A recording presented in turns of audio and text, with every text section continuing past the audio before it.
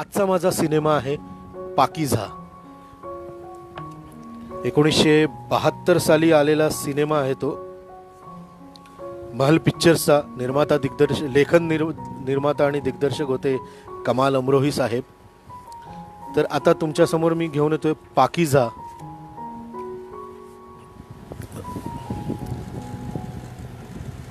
सुरुवातच गाण्याने, सरे राह चलते चलते, सरे राह चलते चलते, यूं ही कोई मिल गया था, यूं ही कोई मिल गया था. लेखक दिग्दर्शक कमाल अमरोहीला पडद्यावर कविता चित्रायची होती. त्याचा अंदाज शायराना होता, अति महागडा शायराना अंदाज. मुख्य म्हणजे त्याच्यापाशी हक्काची मीनाकुमारी असताना पडद्यावर अजरामर कलाकृती निर्माण करणं त्याला जमलेलं नाही. ही केवळ सिनेमावाल्यांची हेटाळणी नव्हती, तर अमरोहीच्या मनात खतखतणारा तो कित्येक वर्षांचा असंतोष होता. मोठ्या तयारीने त्याने मैदानात उतरण्याचं ठरवलं होतं. त्याच्या पटकथेचं नावही वेगळं होतं, सामान्य माणसाच्या डोक्यावरून जाईल असं पाकीझा. सामान्य सिनेमाप्रेमींच्या डोक्यावरून जातील असे विषय निवडून चाकोरी बाहेरच्या भन्नाट पटकथा लिहिण्यात अमरोहीला वेगळी किक मिळत असे. तिकीटबारीचा किंचितही विचार न करता स्वतःच्या कल्पनांची नया घटनांच्या महासागरात भरकटू देण्याच्या त्याच्या सवयीप्रमाणे त्याच्या सिनेमांनी अपयशाची मालिका गुंफली होती. बॉम्बे टॉकीजचा महल हा एकमेव सणसणीत अपवाद वगळता अमरोहीने यश पाहिलं नव्हतं. लेखक म्हणूनही त्याला विशेष मागणी नव्हती. याला कारण म्हणजे old school of film making हा त्याच्यावर शिक्काच बसला होता. भरमसाठ लंबे चौडे उर्दूतले संवाद आणि स्थिरावलेलं कॅमेरा चित्रण यामुळे त्याचे सिनेमे नाटकी वाटत. या सर्व पार्श्वभूमीवर त्याचा हेकेखोर स्वभाव त्याच्या उत्कर्षाआड येत होता. I am the last word ही त्याची मनोवृत्ती त्याला इतर निर्मात्यांचे सिनेमे मिळवण्यापासून दूर ठेवत होती. अपवाद अर्थातच के आसिफचा मोगले आझमच्या 4 संवाद लेखनांमध्ये कमाल अमरोहींचं देखील नाव होतं. मात्र तिथला सर्वेसर्वा के आसिफ होता.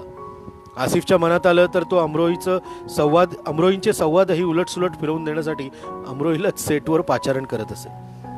इतरत्र मात्र अमरोहीचं लेखन आणि दिग्दर्शन म्हणजेच लास्ट वर्ड असल्याचं त्याचं म्हणणं होतं. पाकीझाच्या पटकथेवरून त्याने शेवटचा हात फिरवला आणि त्यानंतरही एका अक्षराचं त्यात कमी अधिक होणार नाही असा निर्णय त्याने घेऊन टाकला होता. पाकीझाच्या दृश्य परिणामांवर मात्र त्याने विशेष मेहनत घेतली होती. स्टुडिओत 180 फूट लांबीचा, 74 फूट रुंदीचा आणि 45 फूट उंचीचा भव्य सेट उभारण्यात आला होता. सेट उभारणीला तब्बल 8 महिन्यांचा अवधी लागला होता. बाजारे हुस्नच्या त्या सेटवर 10 लाख रुपये खर्च झाले होते. Old school of film making ही त्याची प्रतिमा याच व्हिज्युअल इम्पॅक्टरशी तो पुसून टाकणार होता.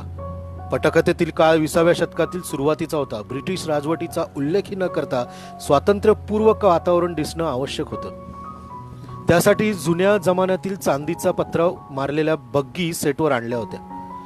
1947 साली भारत सोडण्यापूर्वी व्हॉइसरॉयने या बग्गी संस्थानिकांना भेट दिल्या होत्या.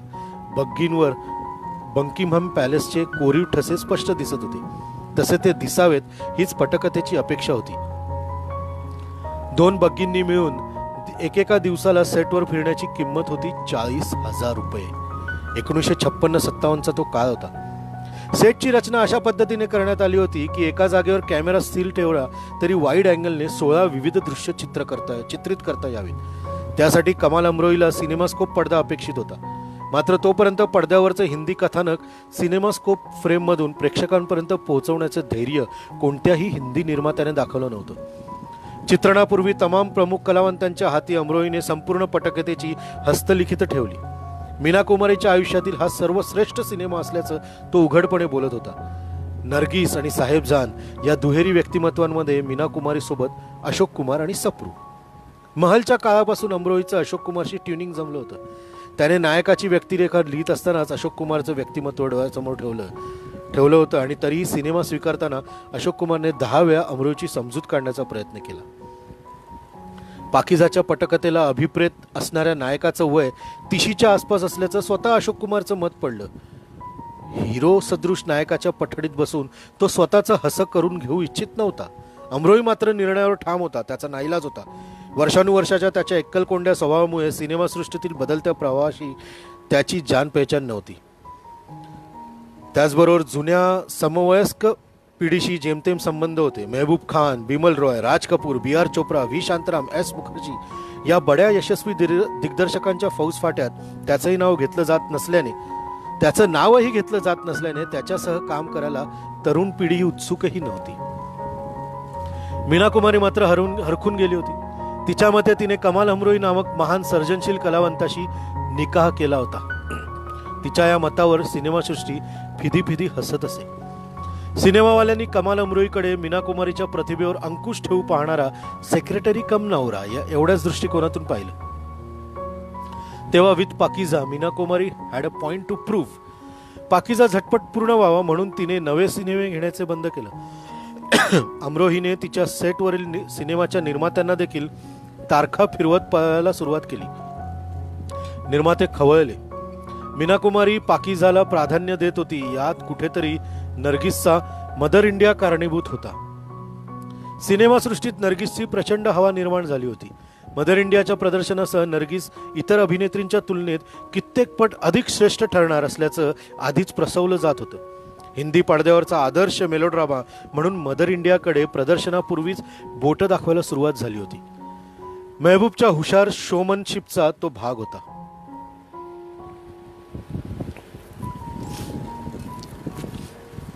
अमरोही पिसाटला होताच. सिनेमा पाहण्यापूर्वीच तो आदर्श कसा मेहबूबच्या पूर्वप्रसिद्धी तंत्राने त्याला अस्वस्थ केलं होतं. नर्गिसने पण आपण तसूभरही कमी नसल्याचं दाखवून देण्याची संधी मीना कुमारीच्या कारकिर्दीत चालून आलेली होती. तर अमरोहीला मेहबूबचा हिसाब चुकता करायचा होता. 2-4 वर्ष आधीची गोष्ट असावी. हॉलिवूडचा शोमन 10 कमांडमेंट्स व क्लिओपात्रा सारख्या महान सिनेमाचा दिग्दर्शक सेसिल बी डिमेल भारतात आला होता. त्याच्या सन्मानार्थ मेहबूबने मुंबईच्या ताजमहल हॉटेलात जंगी पार्टी दिली होती. अवघी सिनेमासृष्टी पार्टीला नटून थटून हजर होती. इतकंच नव्हे तर महाराष्ट्रातील बडे उद्योगपती, राजकारणी, मुत्सद्दी पार्टींची रौनक वाढवत होते. मीना कुमारीचं पार्टीत आगमन झालं. शेजारी कमाल अमरोही साहेब. समस्त फ्लॅशलाईट्स लकाकले. मेहबूबने अमरोहीकडे ढुंकूनही न पाहता मीना कुमारीचं दिलो जान से स्वागत केलं. मीना कुमारीला बळे खेचत तो सेसिल बी डिमेलकडे घेऊन गेला. पाठोपाठ अमरोही साहेब. आसपास सगळे उद्योगपती, राजकारणी होते. मेहबूबने दोघांची सेसिल बी डिमेल समोर मोठ्या आवाजात ओळख करून दिली. Meet India's greatest actress, tragedy king Meena कुमारी.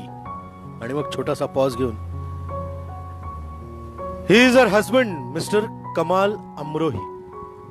संपूर्ण पार्टीने मेहबूब खानचे शब्द ऐकले.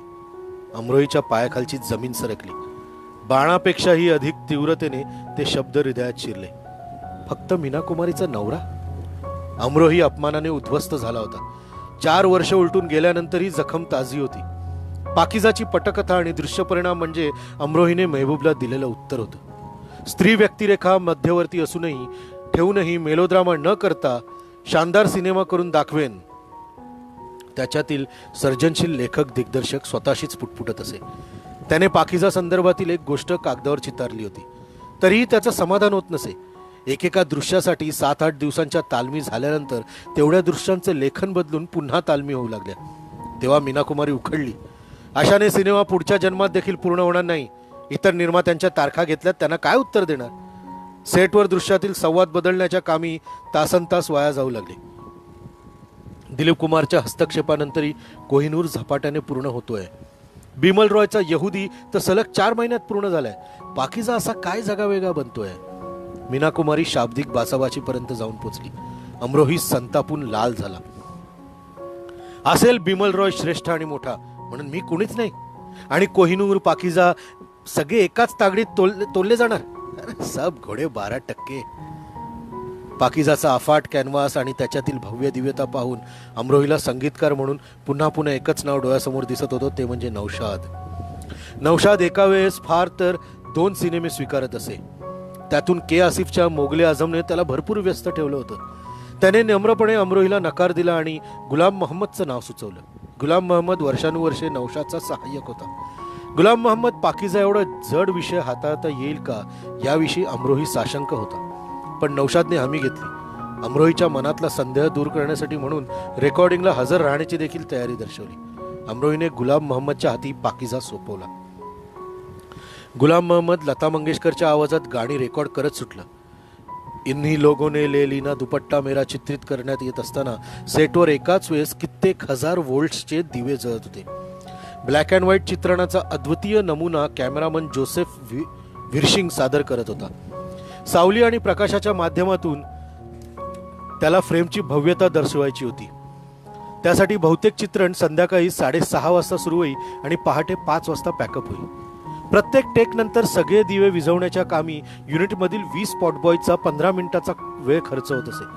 पुन्हा 2.5-3 तासांच्या तालमीनंतर अंतिम टेक पूर्वी 15 मिनिटं दिवे पेटवण्याचा. बटणं दाबून दिवे लावणं हा शब्दप्रयोग इथे संभवत नाही, कारण जुन्या जमानाचा फील आणण्यासाठी म्हणून रस्त्यावरचे तसंच खोट्यावरील सेटचे दिवे विझवण्याचं व पेटवण्याचं काम इमाने इतबारे करण्यात येत असे. एखादा टेक लांबला तर दिव्यांच्या प्रखरतेमुळे खांबावरील रंग ओघळण्याच्या प्रक्रियेला सुरुवात होई. अशा वेळेस सेटवर सदोदित हजर 10 रंगारी मिळून फ्रेमवरील एक एक खांब नव्याने रंगून काढीत, म्हणजे गेला पुन्हा 2 तासाचा अवधी. पाकिजाच्या किस्मतीत असं निरर्थक रेंगाळणं लिहिलं होतं. 1960-61 जंगलीच्या यशाबरोबर हिंदी सिनेमा रंगीत आला. आता कृष्णधवल सिनेमाकडे प्रेक्षक क आणि ड दर्जाची करमणूक म्हणून पाहू लागले.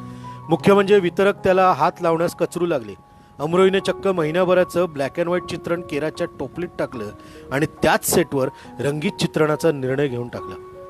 दरम्यान 1959 सालात गुरुदत्तच्या अपयशी कागज के फूलनेही अमरोहीच्या मनात सिनेमास्कोप फ्रेम विषयीची ठिणगी टाकली होती.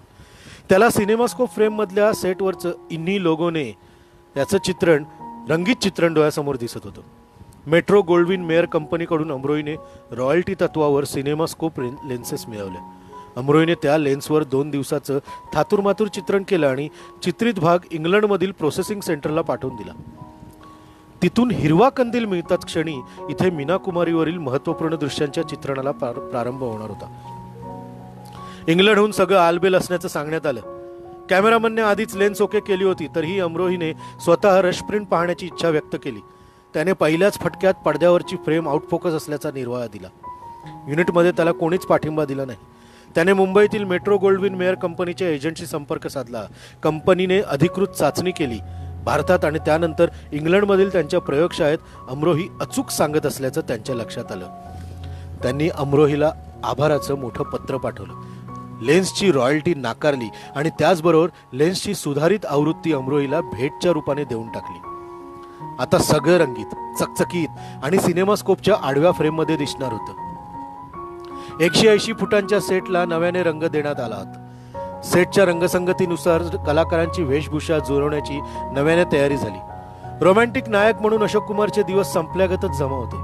गृहस्थी, रागिनी, चलती का नाम गाडीने त्याला वयस्कर भूमिकेतला रुबाब प्रदान केला होता. त्याने पुन्हा एक वार अमरोहीपाशी भावूक प्रणयाची नायकाची भूमिका शोभण्याचा विषय काढला. यावेळेस अमरोही राजी झाला. त्याने सप्रूला अधिक छोट्या भूमिकेकडे ढकललं आणि अशोक कुमारला सप्रूची भूमिका सहाय्यक भूमिका म्हणून देऊ केली.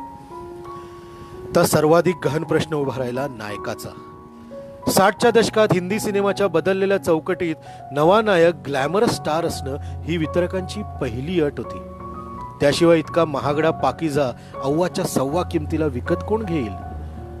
बदलत्या चौकटीत सामावून घेण्याऐवजी खेरीज दुसरा पर्याय नसल्याचं अमरोहीने ओळखलं. पुन्हा एक वार पटकथा लिहिण्याची प्रक्रिया हाती घेण्यात आली. नव्या पटकथेनुसार आता दुसरा नायक नव्हे तर पाकिजाचा हिरो निवडण्याची जबाबदारी आली. अशोक कुमार सहाय्यक भूमिकेच्या कोंदणात चपखल बसला. प्रश्न होता तो नव्या हिरोचा. सिनेमासृष्टीने कान टवकारले. सुनील दत्त अनेकदा अमरोहींना भेटून जात असे. राजेंद्र कुमार शेजारच्या सेटवर शूटिंग करत होता. लंच ब्रेक दरम्यान तो 2-5 वेळा मीना कुमारशी चांगल्या तास दीड तास गप्पा मारून गेला. हिरोविना पाकिजाचं चित्रण पार पडत होतं. सिनेमावाल्यांना उत्तर सापडत नव्हतं. या गोंधळात भर म्हणून की काय एके दिवशी अमरोहीने वैतागून स्वतः मेकअप चढवला. त्याने मीना कुमारीसह 2-4 तालमी केल्या. सेटवर कोणाला काही कळायच्या आत त्याने स्वतःचं रूपडं आरशात पाहिलं आणि तो भानावर आला आणि मेकअप उतरून मुकाट्यानं कॅमेऱ्यात डोकं घालून उभा राहिला. एके दिवशी अचानक त्याचे सेटवरच पत्रकार परिषद घेतली आणि हिरोचं नाव घोषित केलं, धर्मेंद्र. सिनेमास्कोप रंगीत पाकिजामधील नायक नायिकेच्या काव्यात्मक प्रेमकथानकाचं चित्रीकरण धडाक्याने सुरू झालं. आधीच बहरू पाहत असलेल्या मीना कुमारी धर्मेंद्र प्रकरणाने पाकिजाच्या सेटवर अनोखा रंग धारण केला. अमरोही मानसिकदृष्ट्या ढासळत गेला. सेटवरचा शाब्दिक कलह घरापर्यंत जाऊन पोचला. मीना कुमारी अमरोहीच्या घरातून आणि जीवनातून कायमची बाहेर पडली. धर्मेंद्र पुन्हा कधी पाकिजाच्या सेटकडे फिरकला नाही. चित्रण ठप्प झालं. अंधारा सेट तब्बल 6 महिने चित्रीकरण सुरू होण्याची वाट पाहत ओकाबोका उभा होता. पाकिजाच्या किस्मतीत असं रेंगाळणं लिहिलं होतं. पाकिजा बंद झाला. आजारी गुलाम महम्मद ही कटू वस्तुस्थिती मानायला तयार नव्हता. अनेक वर्ष नौशादच्या छायेत राहिल्याने त्याला स्वतंत्रपणे फुलण्याची प्रथम संधी मिळाली होती. तो झपाटल्यागत गाणी रेकॉर्ड करत होता. एकाच आशेवर की लवकर चित्रीकरण सुरू होईल, सिनेमा संपेल, पडद्यावर झळकेल, सुपरहिट होईल आणि त्यातली गाणी गाजून आपली किस्मत बदलेल. त्याची तब्येत त्याला साथ देईनाशी झाली. तोपर्यंत 12 गाणी रेकॉर्ड झाली होती. बॅकग्राऊंड करण्यासाठी म्हणून तो अमरोहीच्या मागे लागला. पण सिनेमा पूर्ण चित्रित झालेला नसताना बॅकग्राऊंड ते काय करणार? अमरोहीने कल्पना झटकून टाकली. किस्मत बदलण्याचं शल्य उराशी बाळगून एके दिवशी गुलाम महम्मदने जगाचा निरोप घेतला. कॅमेरामन जोसेफ विर्शिंग ही जग सोडून गेला. मीना कुमारी अधोगतीच्या मार्गावर भरधाव सुटली. पाकिजा अंधारात गुडूप झाला. मीना कुमारी आणि अमरोही मधला संपर्क तुटूनही आता 2 वर्षांपेक्षा अधिक काळ उलटून गेला होता. हातातले सिनेमे ती मोठ्या वेगाने पूर्ण करत होती. तब्येत साथ देत नव्हती तरी 2 शिफ्टमध्ये काम करण्याचा तिचा अट्टाहास होता. तिला मरणाची घाई लागली होती. तिची आस्थेने चौकशी करणारे नर्गिस, सुनील दत्त यांच्यापाशी तिने अनेक वेळा एकच इच्छा बोलून दाखवली, अल्लाच्या दरबारात रुजू होण्यापूर्वी पाकिजा. नर्गिस सुनील दत्तच्या शब्दांना श्रीनेसृष्टीत मान होता. दत्त कुटुंबाचे कमाल अमरोहीशी उत्तम संबंध होते. नर्गिसने अमरोहीला घरी जेवायला बोलवण्याचं निमित्त करून पाकिजाचा विषय छेडला. अमरोही देखील दत्त दाम्पत्याकडून मध्यस्थी करून घेण्यास जणू उत्सुकच होता. मीना कुमारी व कमाल अमरोहीने फक्त पाकिजापुरतं एकत्र यावं हा तोडगा उभयपक्षी मान्य करण्यात आला. तब्बल 5 वर्ष आणि 12 दिवसानंतर पाकिजाचा अध्याय उघडण्यात आला. बापरे! सिनेमावाले फिदी हसले. जुनी पुराणी कथा, जुन्या जमान्यातलं चित्रण आणि ओल्ड स्कूलचा दिग्दर्शक मिळून 70च्या दशकातील तरुण पिढीला सिनेमागृहापर्यंत कसं घेऊन जाणार? तोपर्यंत राजेश खन्ना तरुण पिढीचा सरताज झाला होता. मीना कुमारीची पिढी पडद्यावर बॅकसीटला जाऊन बसली होती. त्यातच तिचा चेहरा रोगग्रस्त दिसू लागल्याने तिला वयस्कर व्यक्तिरेखांकरिता विचारण्यात येऊ लागलं. अमरोही आधरला. पाकिजा प्रदर्शित होण्यापूर्वी तिने इतरत्र वयस्कर कॅरेक्टर्स रोल स्वीकारू नयेत अशी त्याने विनंती केली. मीना कुमारीने विनंती साफ धुडकावली. तिच्यापाशी वेळ फार कमी उरला होता. तिला मरणाची घाई लागली होती. पाकिजा पूर्ण होईपर्यंतचा वेळही अल्लाने दिला नाही तर? असा विचार करून तिने दुलाल गुहाचा दुश्मन आणि गुलजारचा मेरे अपने असे 2 सिनेमे स्वीकारले. सावन कुमारचा गोमती के किनारेचं चित्रण सुरू होतं. त्यातली तिची भूमिका पाकिजाच्या पठडीतली होती. लटलटत्या पायानिशी ती 4-5 सिनेमे पूर्ण करत होती. बिमारीने तिच्यातली ताकद संपवून टाकली होती. पाकिजाला हिरोची अद्यापही आवश्यकता होती. इतक्या कमी अवधीत कोण उभं राहणार? मीना कुमारीवर जबाबदारी टाकली. तिच्या एका फोनवर राजकुमार स्वतःचे कपडे घेऊन सेटवर हजर झाला. तासाभरात अमरोहीने त्याला पटकथा ऐकून त्यातील हिरोची भूमिका अधोरेखित केली. नव्या संचात हिरोची व्यक्तिरेखा लांबी आणि रुंदीने आणि संवादातून सशक्त झाली होती. राजकुमार सुखावला. नायिकेला नायक हवाच, त्याशिवाय कथानक पुढे सरकूच शकणार नाही. यासाठी नगाला नग म्हणून त्याला उभं केलं होतं. इथे मात्र पाकिजाचं अवघं प्रयोजन मीना कुमारीसाठी असूनही अमरोहीने राजकुमारच्या व्यक्तिमत्वाला साजेसे प्रसंग लिहिले होते. अशोक कुमार पटकथेतून चटणी कोशिंबीर एवढा उरला होता. सप्रू दीड प्रसंगातून दिसणार होता. मीना कुमारीचा सुजीर रोगट चेहरा फ्रेम पासून दूर ठेवणे, तिचं अस्तित्व दर्शवून देणं हे अमरोही पुढचं सर्वात मोठं आव्हान होतं. मीना कुमारीसाठी केला सगळा अट्टहास आणि तिच्यापासून कॅमेरा दूर ठेवण्याची वेळ यावी. या कठीण समयी त्याला राजकुमारची व्यक्तिरेखा सर्वाधिक महत्वाची वाटत होती.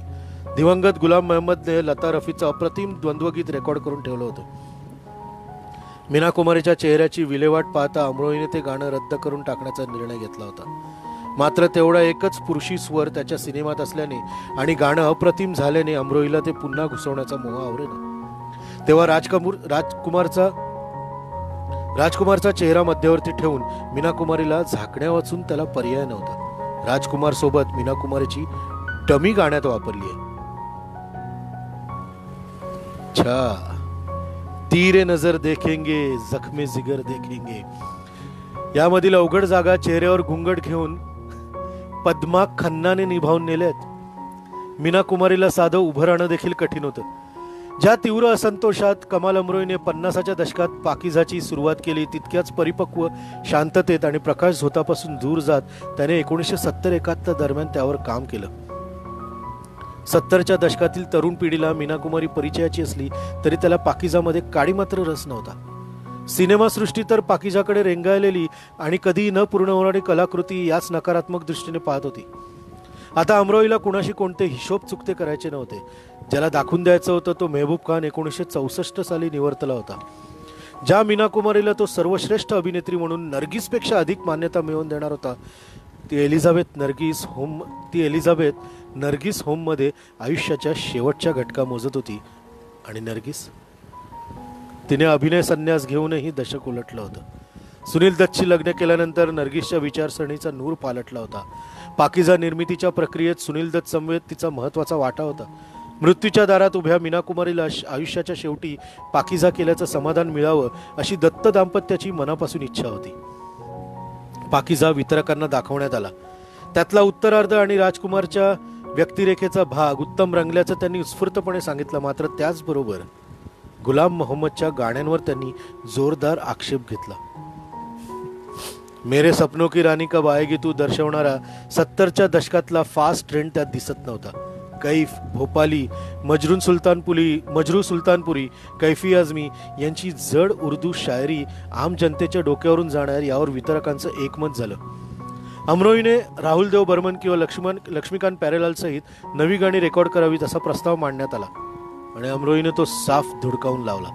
अमरोहीने स्पष्ट केलं, गुलाम मोहम्मद साहेब हयात असते तर मी त्यांच्याकडून कदाचित नव्या जमान्याचं संगीत तयार करून घेतलं असतं.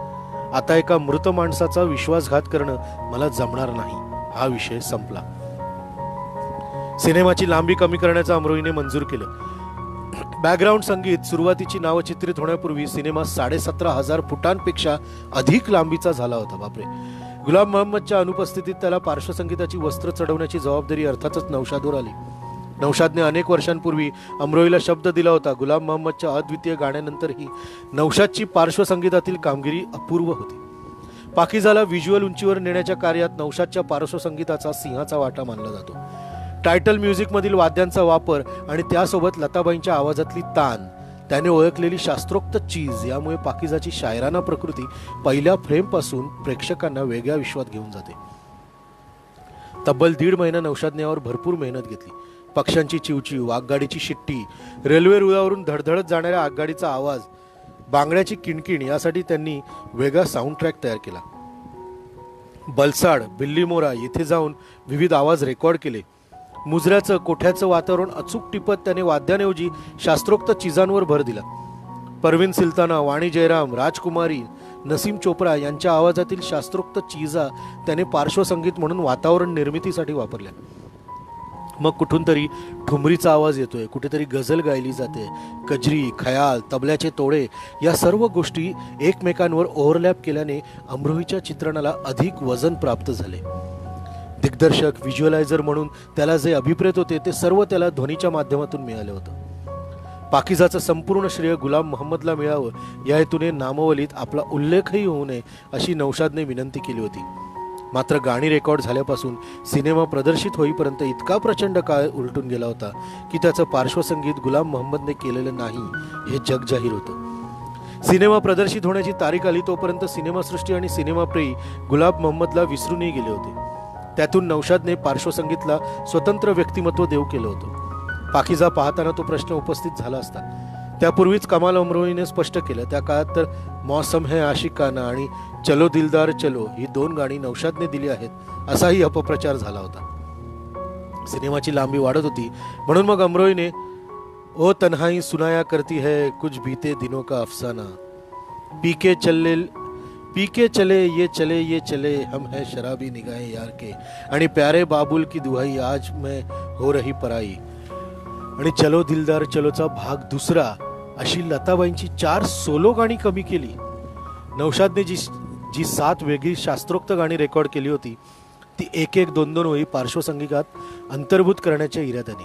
ही सगळी कापलेली गाणी HMVने जी पाकिजा स्पेशल लॉंग प्ले रेकॉर्ड काढली होती, 2 LP रेकॉर्डचं ते सुरेख सुशोभित पॅकेज कव्हर होतं, त्यात ऐकायला मिळतात.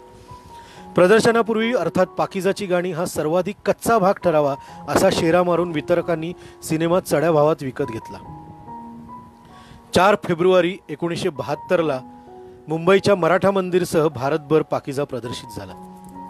इन्हीं लोगों ने ले लीना दुपट्टा मेरा आणि चलते चलते युही कोई मिल गया था या वितरकांच्या कच्च्या धाग्यांनी झुंडीच्या झुंडीने प्रेक्षक खेचून आणले.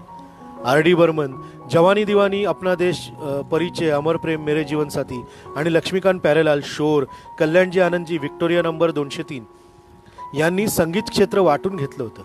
शंकर जयकिशनची जय बोलो बेईमान की आणि ये राखी बंधन है ऐसा ही बेईमानची 2 गाणी लोकप्रिय झाली होती. अशातच गुलाम मोहम्मद कोण हा प्रश्न नव्या पिढीला पडला आणि मग जाने जा ढूंढता फिर रहा या किशोर आशाच्या तरुणाई तितकंच चलो दिलदार चलो चांद के पार चलो वरील स्वरांची हुकूमत तरुण पिढीने उचलून धरली.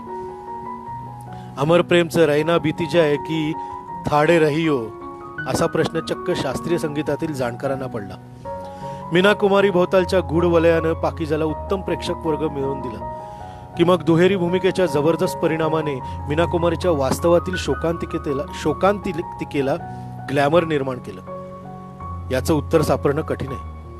पाकिजाला पहिल्या आठवड्यात तुरळक प्रेक्षक मिळाला होता आणि माउथ टू माउथ पब्लिसिटीने दुसऱ्या आठवड्यापासून सिनेमागृह भरायला सुरुवात झाली. ही वस्तुस्थिती कायम राहणार आहे. पाकिजाच्या तिकीट बारीवरील रांगेत दिवसागणिक वाढ होत होती. त्यावेळेस पाकिजाची नायिका एलिझाबेथ नर्गिस होममध्ये शेवटचे श्वास मोजत होती. ये मेरी किस्मत न थी कि आपके घर से मेरा जनाजा उठे, आप मुझे कंधा दे इसलिए खुद कब्रस्तान चली आई असं ती पाकिजात भावना तिरेकाने म्हणाली. प्रत्यक्षातही तिने कित्येक वर्षापासून कब्रस्तानचा मार्ग स्वीकारला होता. त्यावर ती वेगाने निघाली होती. त्याच वेगाने तिने पाकिजा पूर्ण केला. कृष्णधवल जमान्यात सिनेमा सेटवर जाण्यापूर्वी कमाल अमरोहीने तिचं भविष्य वर्तवलं होतं की पाकिजा पूर्ण होऊन प्रदर्शित झाल्यानंतर अवघ्या 1.5 महिन्यात ते खरं ठरलं. 4 फेब्रुवारी 1972ला पाकिजा हा चित्रपट प्रदर्शित झाला आणि 31 मार्च 1972च्या शुक्रवारी मीना कुमारी हजारो मैल पुढे निघून गेली होती. मित्रांनो, ही होती पाकिजाची स्टोरी.